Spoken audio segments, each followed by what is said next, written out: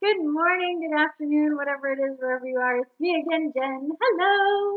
And we are playing today with the Nicoletta Ceccoli Tarot deck, which I have called the Tarot of the Creepy Dolls, just because all of these cards have these kind of weird, creepy, disturbing dolls in them that are in weird, creepy, and disturbing situations.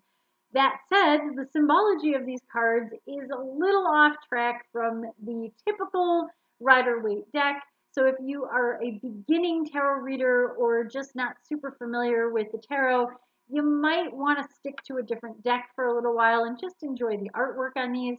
Also, it doesn't come with a whole lot of clues in the little book because this is all it is. It's a little thin little pamphlet, which again, with some decks, just a few keywords are nice to have to jog your memory or during a reading or if you are learning.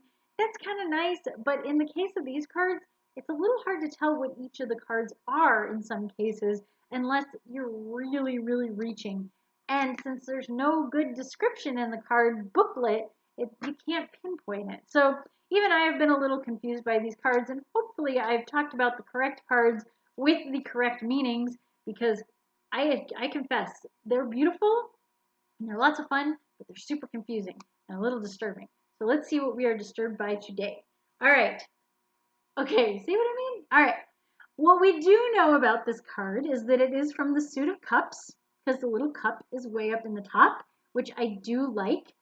And there is a number 8 down at the bottom, so we know that it is the 8 of cups. So if you know that the 8 of cups is about feeling a little lost, a little disillusioned, and a little maybe a little bit in mourning, and but it's more about that confusion rather than full on loss. So losing of the senses rather than loss of something else. So, but in this case, she's got, instead of cups, she has birds. And I'm already going to be a little cranky about this because birds are air signs, not water signs, and cups are water signs.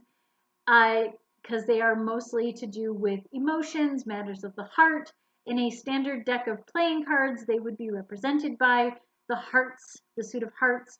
So it is a lot about emotions.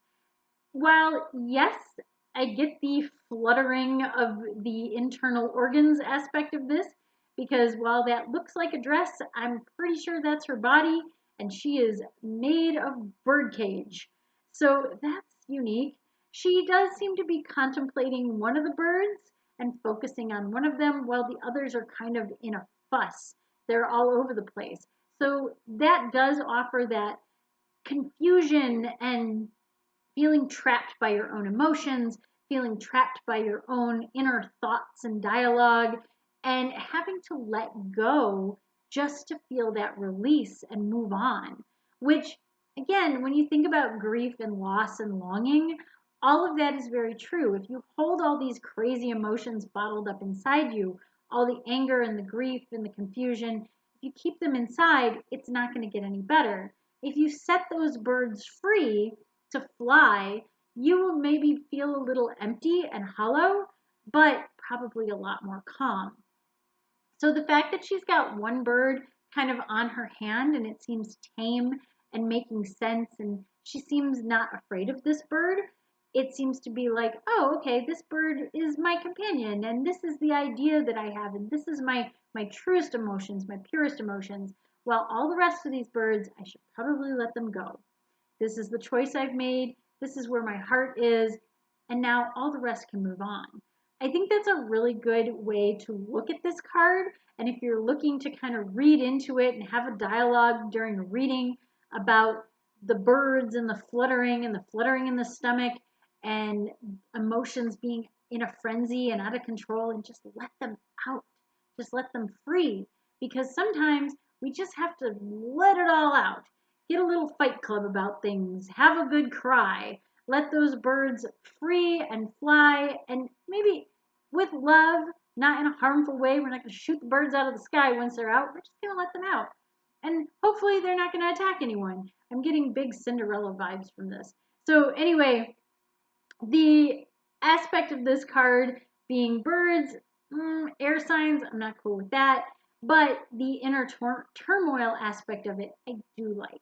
The background, too, I didn't talk a lot about the background of these cards because for the most part, they're pretty plain. But in this case, it's kind of a fog behind her, which I think reinforces the idea of confusion and being in a fog and being uncertain of your emotions. All of those things are reiterated in that kind of foggy aspect of the background.